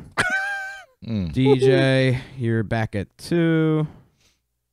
Sean, let's see. You're at 0. I'm at 0. Yeah, because you had Oh, for the round. Okay. right for the round. Okay. All right. So last one here. 1, 2, 3, 4, 5, 6, 7, 8, Schlemiel, Schlemazel, Hassenbemp Incorporated. We're gonna do it. Give us any chance, we'll take it. With us any rule, we'll break it. We're gonna make our dreams come true. Wait, we have backstage it our tickets to way. Alice Cooper. You guys good? Yeah. What do you guys got? Laverne and Shirley. Aaron Shirley across the board. Yeah. All right. So that means for this round, let's see, Sean Jumped up to that's 4 points 2. that round. DJ, yes, you do have 4. Mike's 2. So Beer on my stomach. So DJ rounding out the round with 4. Sean and Mike both tied at 2 for the round. And round 4 coming up. We got for round 4 is the betting round. So each competitor will make a wager prior to the question. Minimum of 1 point, maximum of 5 points. Competitors will be asked to answer the same question and write down their answer. And any incorrect answer will deduct the number of points wagered. If you answer correctly, you obviously will get an addition of the points wagered. Now, So- we wager before we hear the question, Yes, right? so you guys are going to write down your wager, and then show it to me so I know what you guys are. Can you read the point totals, Bill? I can add it up here. Yeah, I'm gonna have to give me a second. So let's see. You're making them do math. By my count, I have 11. No, I have. By my count, you 9. suck. 9. Yeah. I don't know about that. Well, where'd you get 11? I haven't You got tallied. 3 in the first round, 4 in the second round. You got 2 in that last round. I only got 2 in that last round. Yeah. You got the first one wrong, then you got the second one right, which was +2. Then you got the third one wrong. So you got you only got Party of 5, Cotter, and Laverne and Shirley. So okay, go ahead.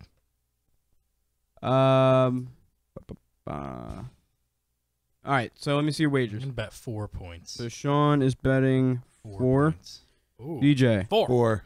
4. And what for you, sir? However many I can do. I don't know. 5 is max. 5. Okay. The 5 that he doesn't have. All right, let's see here. He's allowed though.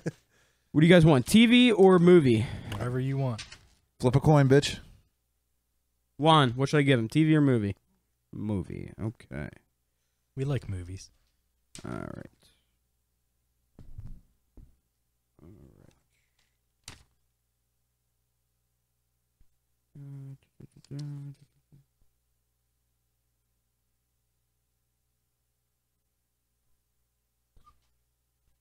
Oh, that would have been a good TV question.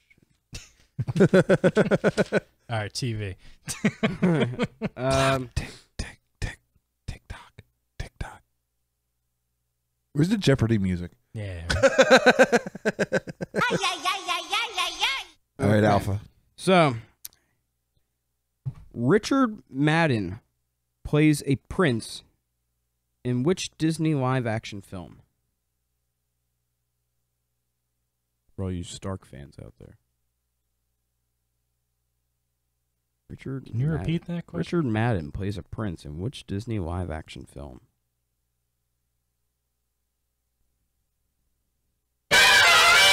Oh.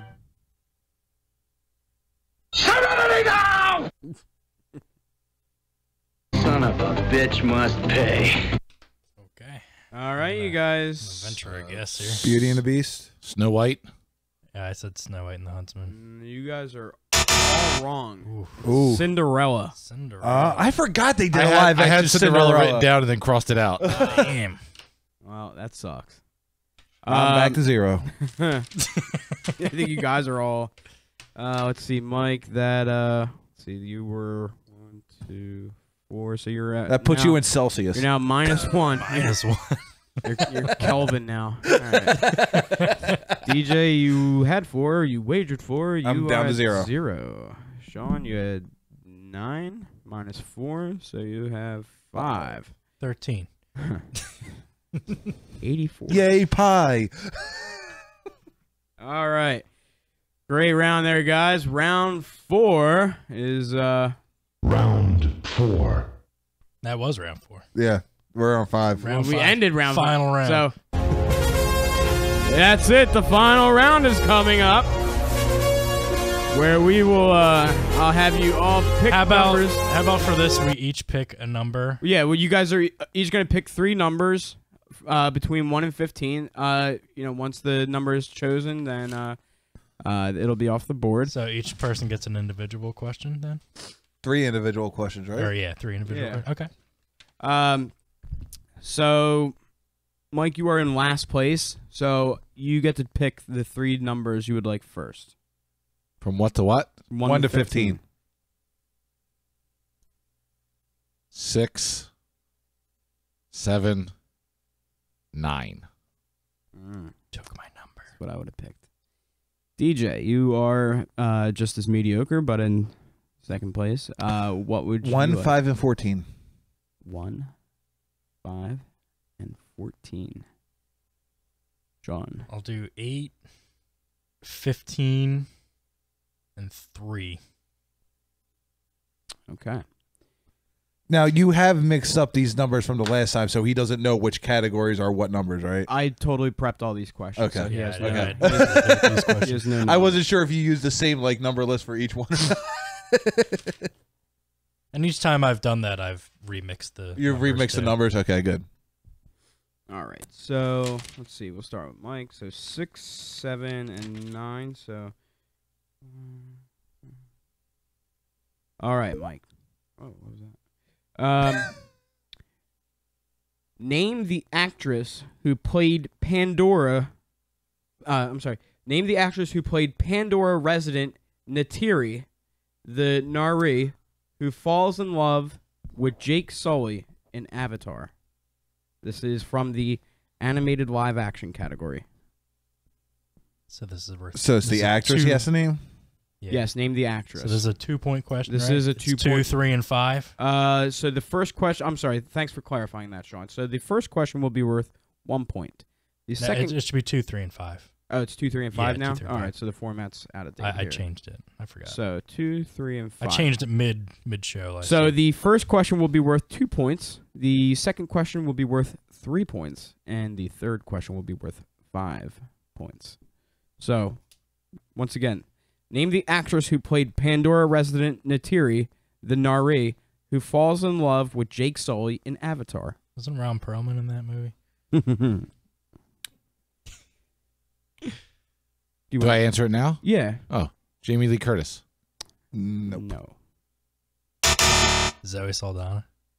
That is Zoe Saldana. No stealing though. No stealing, No and stealing. Yeah. from if I'm correct here, there's no deduction. No right? deduction. Yeah. All right. So next question, Mike. A creepy nun and what other popular childhood terror are featured in The Conjuring 2? Oh.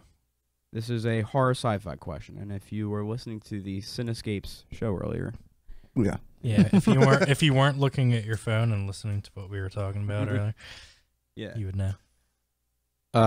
Say it again. a creepy nun and what other popular childhood terror are featured in The Conjuring 2? A clown. A porcelain doll. Crooked Incorrect. Man. It's the Crooked Man. Crooked Man. They're doing a I've only seen the solo. Conjuring one. They're I doing a haven't seen Crooked two. Man movie now.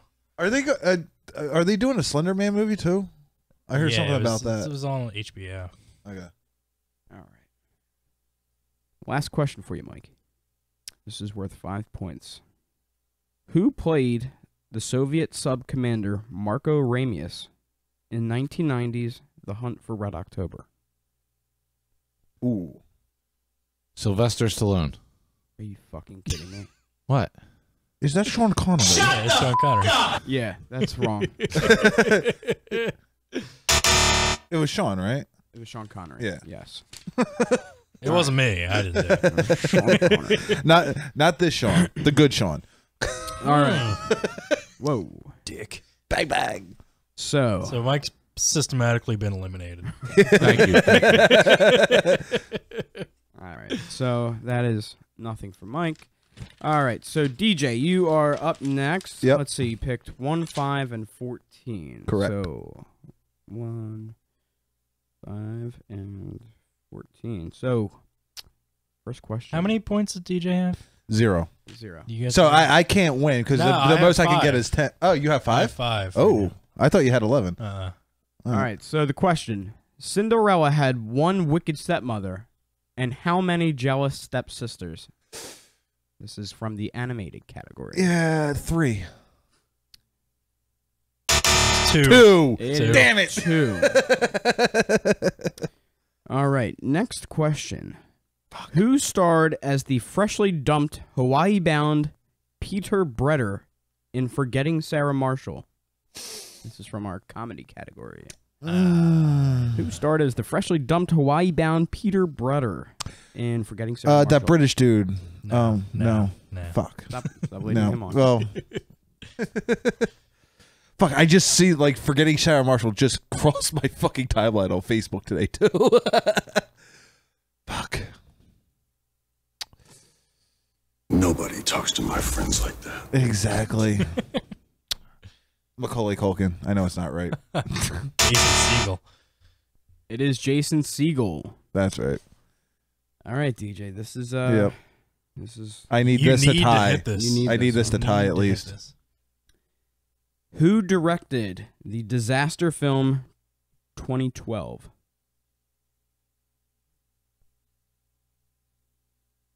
Who directed Steven Spielberg. disaster film 2012? Is that your final answer? Yeah. Yep. Didn't think so. It is Roland Emmerich. Yeah, never heard of him. Never heard of him? Independence Day, right? He did Independence Day. I don't pay attention to the Patriot. directors. I pay attention to, the content of the movie. All right. So that means Yep. we have one more. Sean, you got 8-5. He or won. 8. Yeah, I win. Yeah, we well- don't even need to do this. Well, I'm still going to do it. So 8. For shits and gigs. 8, 15. That's perfect. 8, 15, and 3, right? All right. So, what comedy icon died while filming Wagons East? What comedy icon died while filming Wagons East? John Candy. No. That's correct for Chris 2 Farley. points. No. No, you're thinking of Almost Heroes. Next question. Let's see, you did 8, 15. What actor plays Western University basketball coach Pete Bell in the movie Blue Chips? Is it Marky Mark? No. No. It is Nick Nolte. Isn't Marky Mark in that movie, though? I think he don't- is. I don't think so. I don't know. No? I know. I think he's in that movie. What's his name? That Footloose. other guy? Footloose. Kevin Bacon. Kevin Bacon's in everything. All right. Last question for you. Who starred as ex-intelligence officer Sam in the 1998 crime thriller Ronin? Who starred as ex-intelligence officer Sam in the 1998 crime thriller Ronin? Robert De Niro. That is correct for 5 bones. All right, so that means Sean, you Won with 10. I win. Or 10 or 11 or 10 or 12. He had, Or did I go? I got no, he one. had 9. No. No, he had 5 starting that round. So I got 6. Yeah, this 'cause- round. well, So I have no- 11 total. No. Yeah. He, No, you got the first questions too, right? Oh, yeah. So, that yeah, should it's be 12. 12. No, wait, no, you're right. It's 10. We got. No, wait, no, no. did you get the first one right? Yeah, I got Yeah. the first Yeah. one Okay. right. So then It's So 12. 7, 2 and 5. 12. Yeah. Yeah. 12. Yep. So Sean, you got 12. Me with 0. Zero. Hey, I broke even. That's the way I see And it. Mike with 0. What did Mike get? Mike Hey, Mike is getting Tupperware for his meal prep. Brought to you by Well, I need- Rubbermaid. Mike, Mike, you want to try and redeem yourself? I'll give you some redemption questions. Mike, it's a good game. He gets No. an attaboy. give him 1. If he gets it right, he wins the entire game. Okay. Well, I want one too. Mike, He had pick, negative you get to points, pick. CJ. Movie or TV? He did. What would you TV. like? TV. Okay. Let's see. Let's pick a doozy here.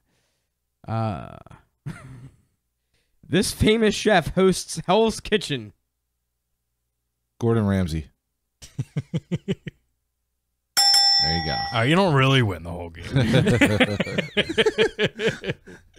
I do like his tweets though. If you tweeted him, what do you think about this meal? I've seen them. And he kind of. And goes I'm off. sorry, he is wrong. Pineapple goes on pizza. So since No, it you doesn't. so Yes, it since you does. watch Bosom Buddies, Mike, Yes. I'm gonna throw another one at you. So Okay. who played David Addison Jr. alongside Sybil Shepherd in this 80s spy show called Moonlighting?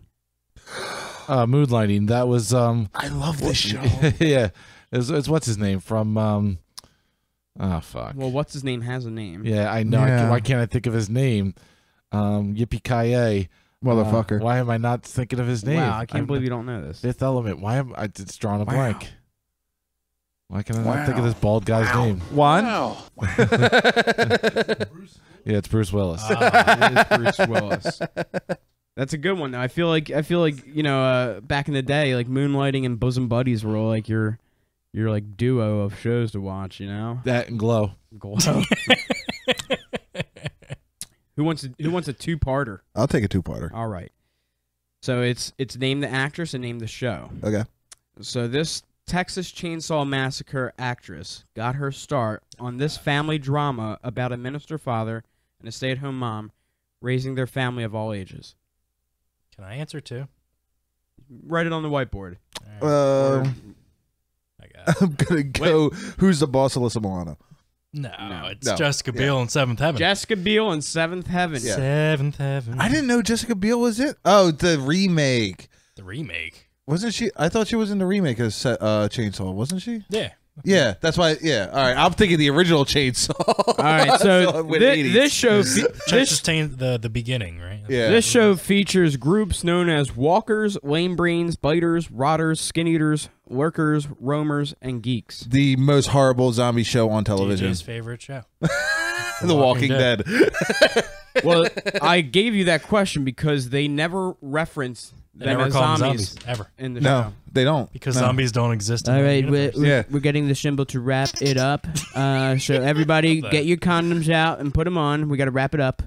Okay, I get it. wrap it up. Okay. Shut the f up. All right, we're gonna have to get going here.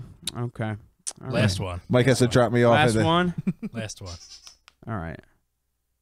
Here, I'll give you two more. All right. I'll take a third. A third? Okay. All right. Let's do another round. I'm going to do questions 10, 11, 12. All right. Okay. So, in what foreign country does Maggie Grace's character get kidnapped in the hit film Taken?